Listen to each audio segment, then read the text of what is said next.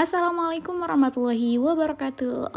Hai, perkenalkan nama saya Suradatul Istiqomah. Di sini saya akan mempresentasikan hasil dari investigasi dari tugas mata kuliah Teknologi Informasi dan Komunikasi tentang sistem aplikasi TIK dapat membantu manajemen pendidikan, program, publikasi jurnal di web Guru Inspiratif Indonesia.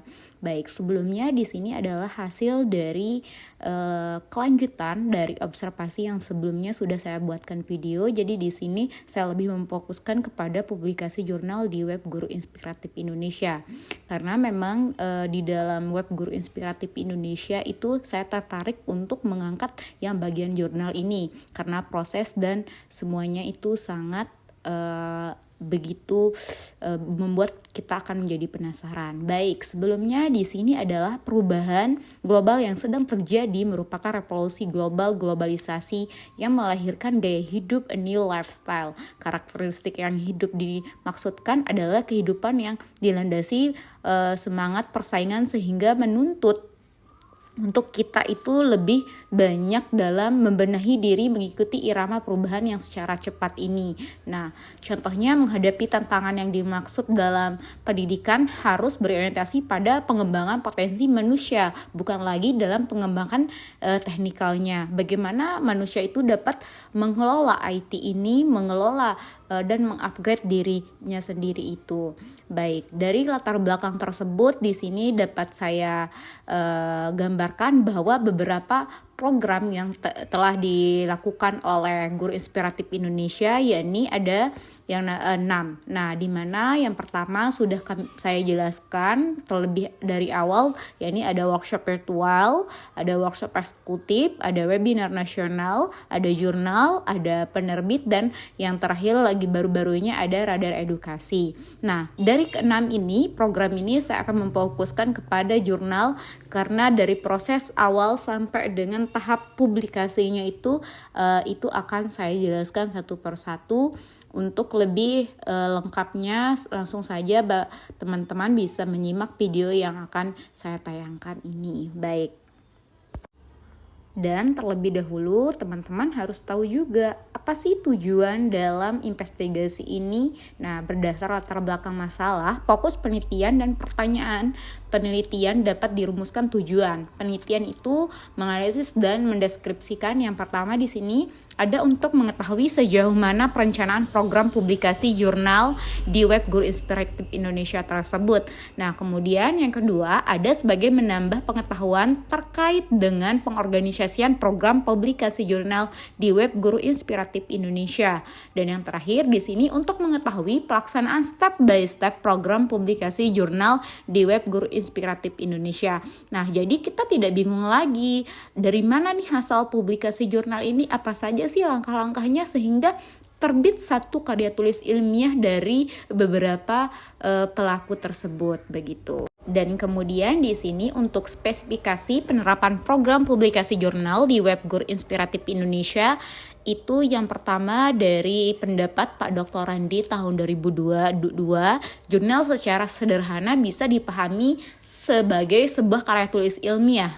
Jurnal ditulis dengan orientasi akademik, jadi target pembacanya adalah akademisi, peneliti, mahasiswa, dan lain sebagainya. Nah, adapun di sini menurut direktur juga dari Pak Suhardi 2021, yakni jurnal disebut juga dengan pengumpulan artikel dalam bidang ilmu tertentu. Publikasi jurnal biasanya dilakukan secara tim, ada penulis, ada editor, later, terus ada reviewer dan sebagainya. Jadi jurnal bukan artikel atau paper tinggal ditulis, namun publikasi ilmiah berupa kumpulan artikel tersebut. Nah, di sini kita langsung saja bagaimana ke teknik-tekniknya.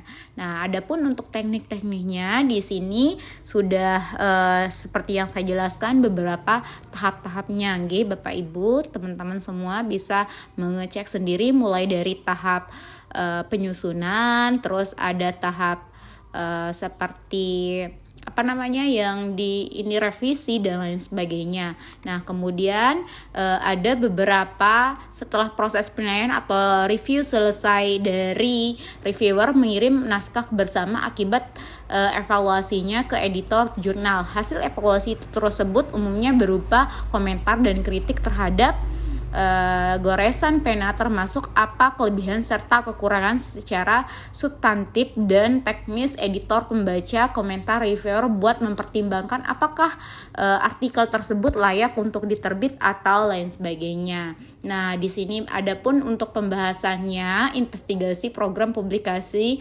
Di sini hasil investigasinya program publikasi jurnal di web Guru Inspiratif Indonesia adalah bahwasanya perkembangan yang semakin maju dengan pengembangan program jurnal tema selain pendidikan ada tentang sosial, kesehatan, dan lain-lain. Sehingga banyak peningkatan dalam web Guru Inspiratif Indonesia yang awalnya hanya tentang pendidikan saja. Proses yang menggunakan prosedur tersistematis dan lain sebagainya itu membuat pengembangannya itu semakin pesat. Nah, di sini juga saya menemukan terkait dengan kelebihan dan kekurangan dari program publikasi jurnal.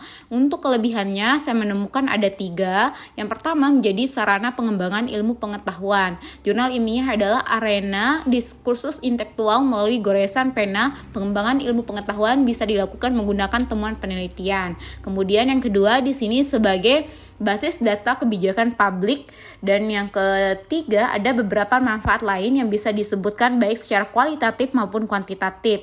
Nah, secara kuantitatifnya misalnya jumlah terbit jurnal ilmiah biasanya dijadikan menjadi tolak ukur kemajuan suatu institusi atau lembaga seperti negara, universitas, pusat studi, dan lain sebagainya. Nah, adapun yang saya temukan juga terkait dengan kekurangannya, di sini ada 4. Yang pertama, tidak ada ruangan untuk memberikan respon. Kedua, kekurangan jurnal banyak mengandung istilah bahasa asing dan kelebihan yang sangat signifikan. Terus yang ketiga, ada tidak mendorong adanya penelitian lanjutan kekurangan ilmiah. Dan yang terakhir, ada singkatan yang tidak memiliki penjelasan. Nah, baik, begitu saja. Dan adapun kesimpulan, jadi meskipun memiliki banyak kelebihan, namun beberapa jurnal terkadang juga mempunyai kekurangan. Untuk para ilmuwan hendaknya memperhatikan penulisan jurnalnya. Jadi perlu didetail lagi, walaupun menggunakan bahasa-bahasa ilmiah, tapi diusahakan yang mudah dan bisa dipahami oleh masyarakat, karena dari konsumsi atau pembaca tidak hanya di kalangan ilmuwan saja, ada banyak yang masih merangkak seperti mahasiswa, pelajar, dan lain sebagainya, sehingga kita bisa menyesuaikan juga untuk bahasa-bahasa ilmiah seperti itu. Baik, itu aja yang dapat saya sampaikan. Semoga bermanfaat untuk kita semua. Terima kasih untuk partisipasinya. Sekian, wassalamualaikum warahmatullahi wabarakatuh.